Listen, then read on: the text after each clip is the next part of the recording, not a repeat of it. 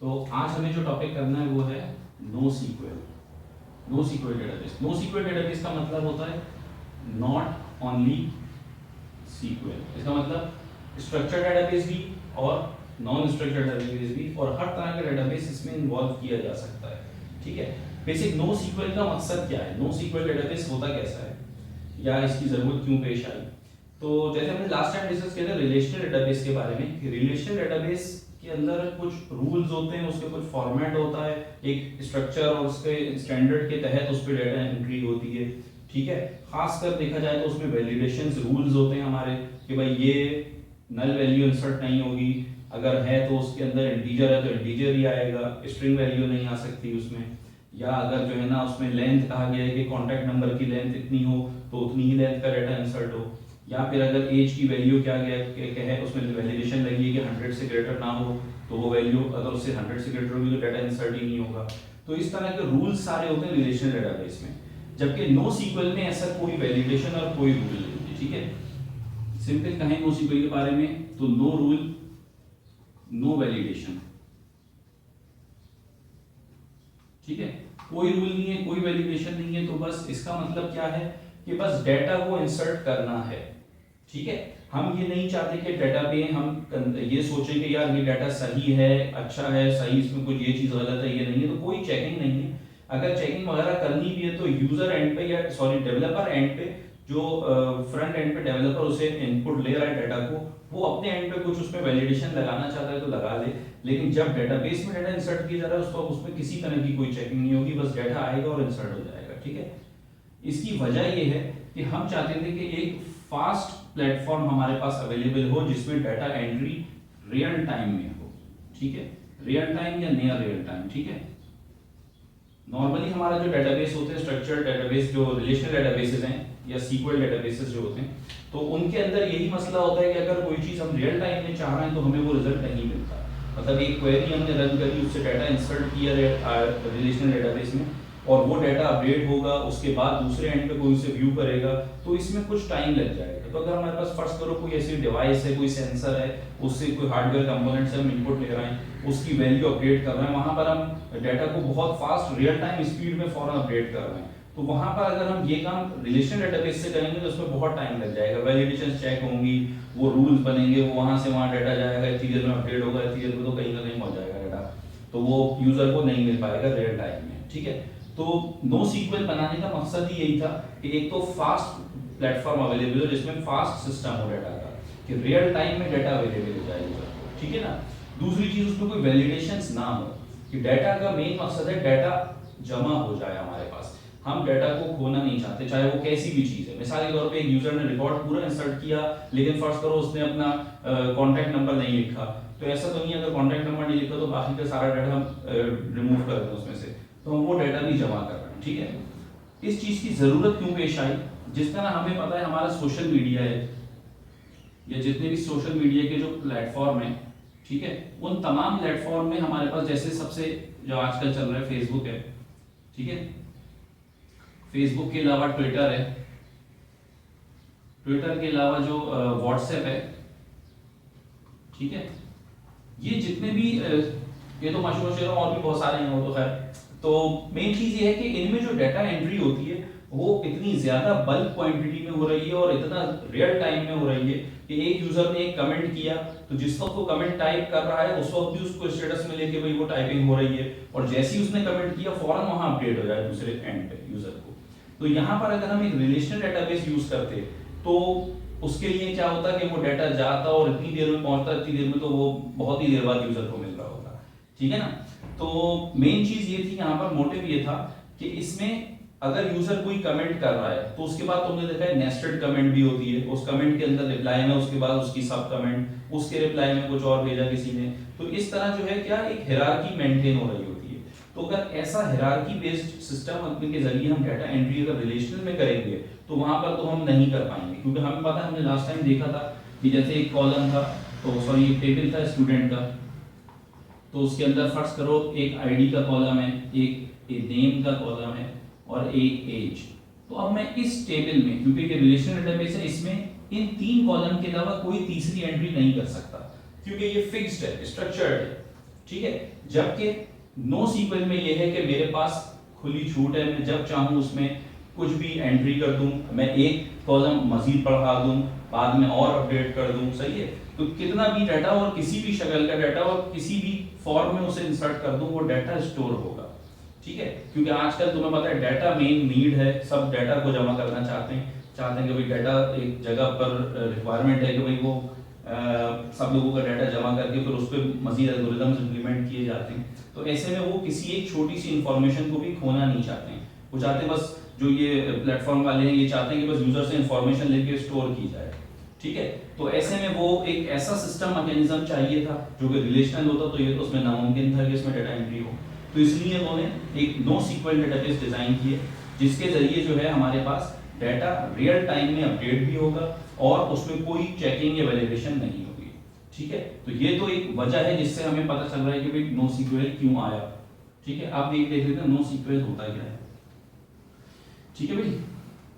अब no SQL databases जो होते हैं इसके अंदर वैसे तो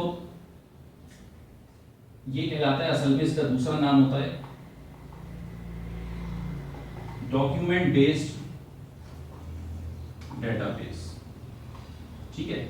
इसकी वजह ये है कि इसके अंदर हम हर तरह का डाटा इंसर्ट करवा सकते हैं, ठीक है। इसमें अगर मैं एक छोटा सा कंपैरिजन करूं तो अगर हमारे पास ये रिलेशनल डेटाबेस था, ठीक है, और यहां पर जो है नॉर्मल नो सीक्वल डेटाबेस है, ठीक है। तो यहां पर ये जो रिलेशनल डेटाबेस है इसके अंदर जो हमने डिजाइन किया था, मैं यहाँ लिख देता हूँ थोड़ा ऊपर क्योंकि चीजें ज्यादा हैं। ये RDBMS है, रिलेशनल डेटाबेस यानी सीक्वल, और ये नो सीक्वल, ठीक है भाई। इन दोनों में काम क्या होगा, इनिशियली अगर मैं कहूं तो हमारे पास जैसे इसमें डेटाबेस होता है वैसी एक कोई बेसिक फाइल डेटाबेस की इसमें भी बनी हुई होगी, ठीक है। उसके अंदर डेटाबेस स्टोर हो रहा होगा, ठीक है। डेटाबेस के बाद यहाँ पर जो टेबल्स होते हैं उस टेबल्स की जगह यहाँ पर यूज होता है कलेक्शन, ठीक है। इसी तरह सेम यहाँ पर जो हम फील्ड्स यूज करते हैं तो फील्ड्स की तरह यहाँ पर एक चीज यूज होती है की, वो मैं आगे थोड़ा सा डिस्कस करता हूँ कि की क्या चीज होती है, किस तरह से डाटा इंसर्ट किया जाता है, ठीक है।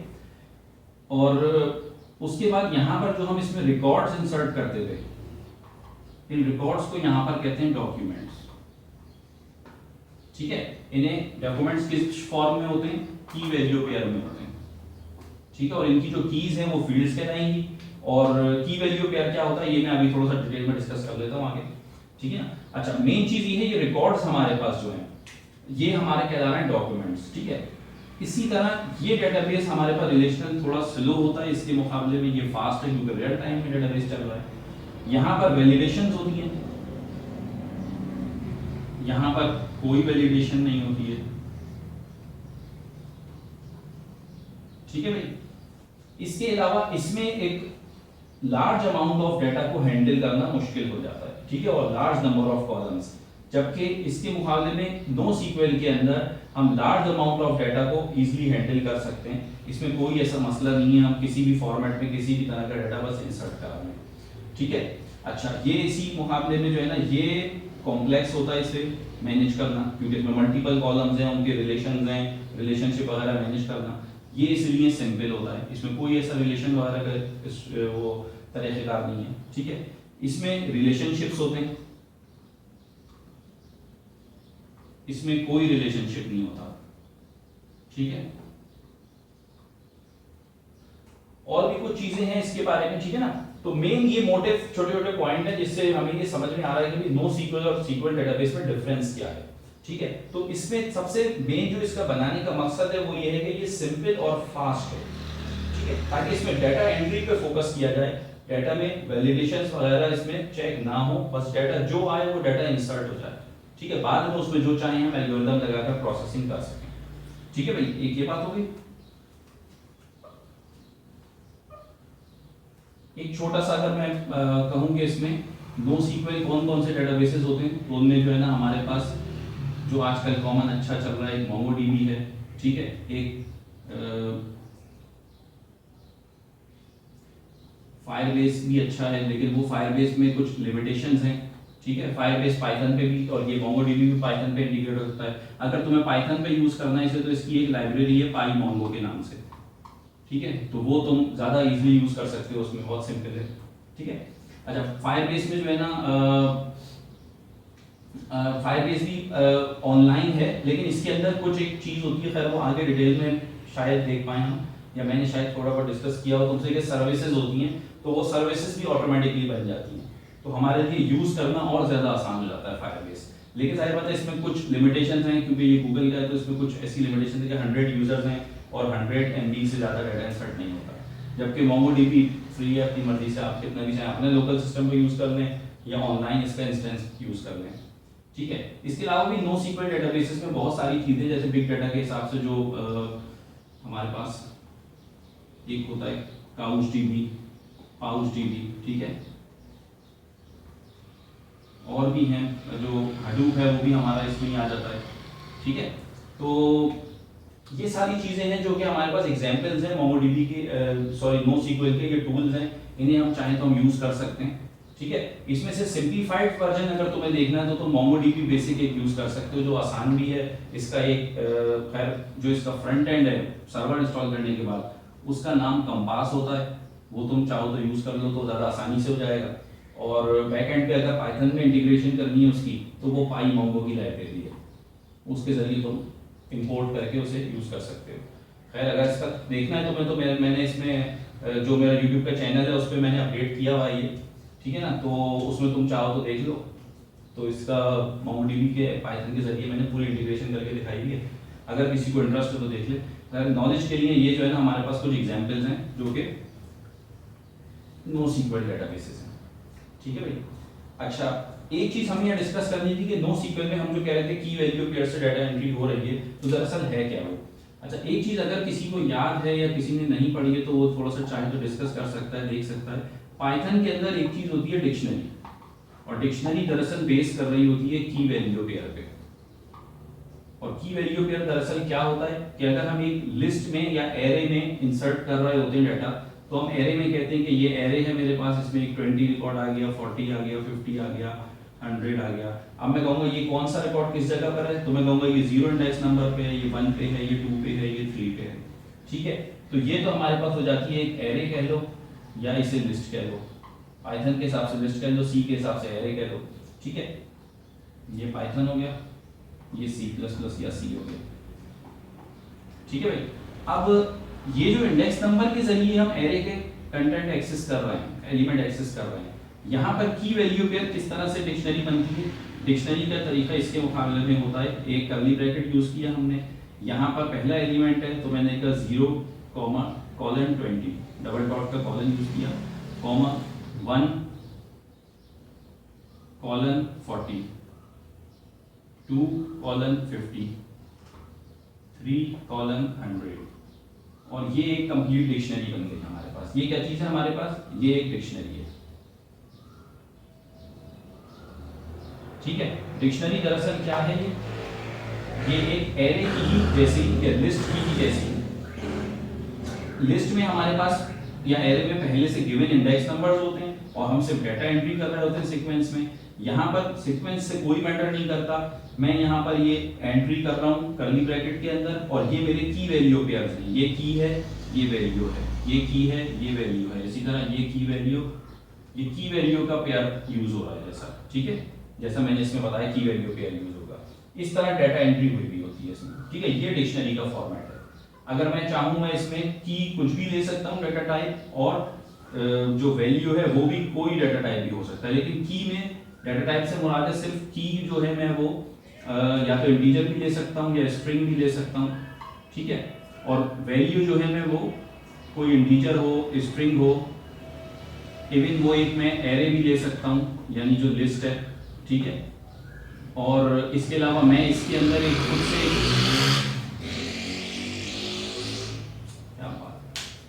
खुद से एक डिक्शनरी भी हम इसके अंदर internally as a value use कर सकते हैं, ठीक है। तो थोड़ा सा मैंने कहा ये डिस्कस कर दूं कि पाइथन में डिक्शनरी किस तरह काम कर रही होती है। तो इंटीजर, स्ट्रिंग, फ्लोट, कोई भी डाटा टाइप तुम इसे दे सकते हो। लेकिन मेन चीज ये है यहाँ पर तुम जो यूज करोगे वैल्यू के तौर पर उसमें कोई भी चीज हो सकती है, ठीक है। तो ये जो फॉर्मेट है जिसमें हमने कुछ भी लिखा, इसकी एक एग्जांपल और मैं लिख के दिखा देता हूँ। ये एक सिंपल डिक्शनरी है जिसमें integer data type as a की यूज हो रही है और इंटीजर ही एज अ वैल्यू यूज हो रही है, ठीक है। अगर मैं इसका एक कॉम्प्लेक्स वर्जन लिखूं तो मैं इसमें स्ट्रिंग एक आईडी यूज कर लेता हूं। फर्स्ट करो n1 कॉलम abc, ठीक है। दूसरा मैंने वैल्यू दे दी n2 कॉलम pqr। तो ये कुछ इस तरह का फॉर्मेट है। इस डिक्शनरी के अंदर क्या है, हमने स्ट्रिंग डाटा टाइप दे दी है, स्ट्रिंग की है और स्ट्रिंग ही की वैल्यू है। फिर दूसरी एलिमेंट स्ट्रिंग की और स्ट्रिंग का वैल्यू। तो ये भी की वैल्यू पेयर्स है हमारे पास, ठीक है भाई। तो इसके अलावा अगर मैं चाहूं इसे थोड़ा सा और कॉम्प्लेक्स करूं तो यहां पर ये जो मैंने n1 की यूज करी, इसके अगेंस्ट में मैं एक लिस्ट भी दे सकता हूं, ठीक है, कॉमा ये पूरा एक एलिमेंट है जिसकी की n1 है और इसकी वैल्यू डिक्शनरी ओ सॉरी एक एरे हो गई। इसी तरह दूसरा इसमें एलिमेंट मैंने इंसर्ट किया n2, उसके अंदर उसकी वैल्यू में मैंने दूसरी एक लिस्ट एंटर कर दी। सेम इसी तरह मैं और एलिमेंट इंसर्ट कर सकता हूं, ठीक है। तो वैल्यू जो की है उसके अगेंस्ट में हम एक एरे भी इंसर्ट कर सकते हैं, लिस्ट, ठीक है। सेम इस तरह मैं इसके अंदर एक डिक्शनरी भी इंसर्ट कर सकता हूं। यानी फर्स्ट करो ये की है मेरे पास कॉलम, मैंने यहां पर ए, ठीक है, और इसके अगेंस्ट में मैंने एक डिक्शनरी इंसर्ट करवा दी। उस डिक्शनरी के अंदर फिर स्टिल एक की कॉलम वैल्यू है, कॉमा, ठीक है, ये एक डिक्शनरी का एक एलिमेंट हुआ, कॉमा 1 कॉलम या कोई भी जो वैल्यू है,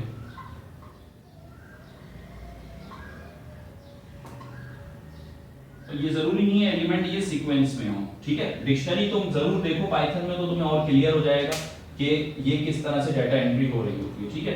तो ये एक अच्छा डाटा स्ट्रक्चर है पाइथन का डिक्शनरी, जो कि मेरे ख्याल से जावा वगैरह में भी मैप और हैश मैप वगैरह इस तरह से काम कर रहे हो, की वैल्यू कैरी होता है वो भी।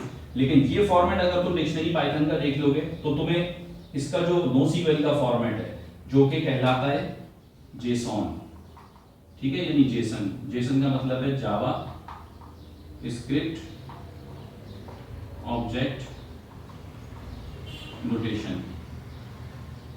तो ये जो जेसॉन है ना, जावा स्क्रिप्ट ऑब्जेक्ट नोटेशन, ये सेम इसी स्ट्रक्चर में फॉलो कर रहा होता है।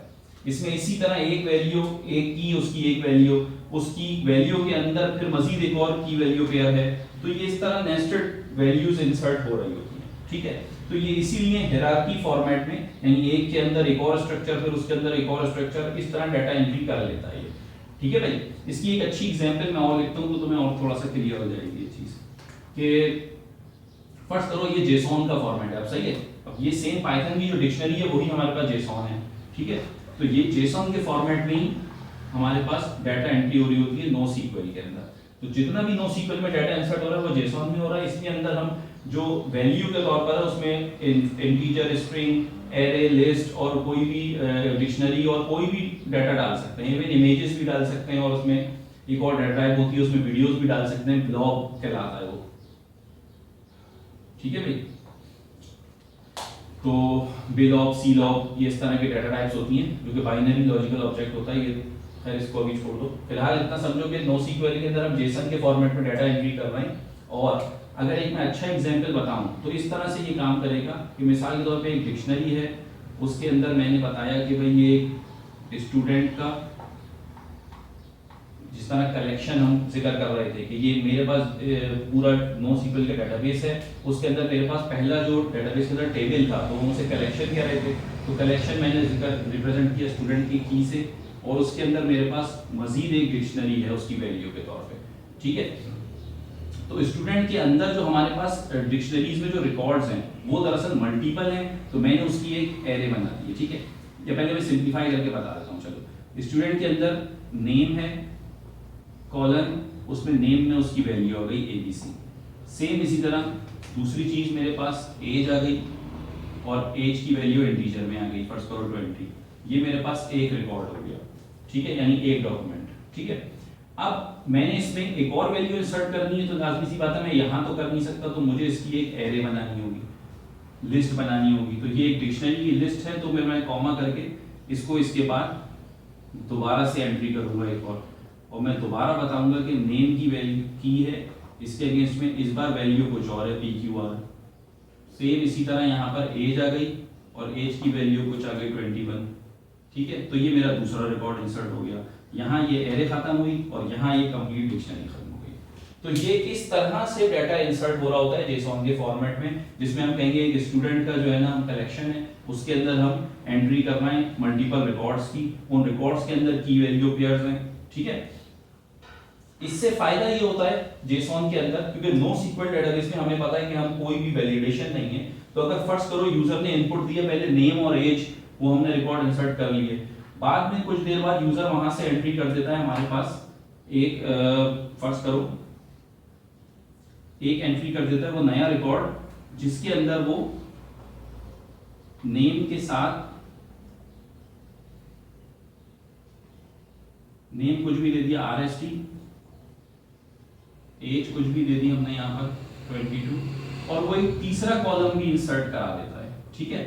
जैसे कि फर्स्ट करो कॉन्टैक्ट नंबर,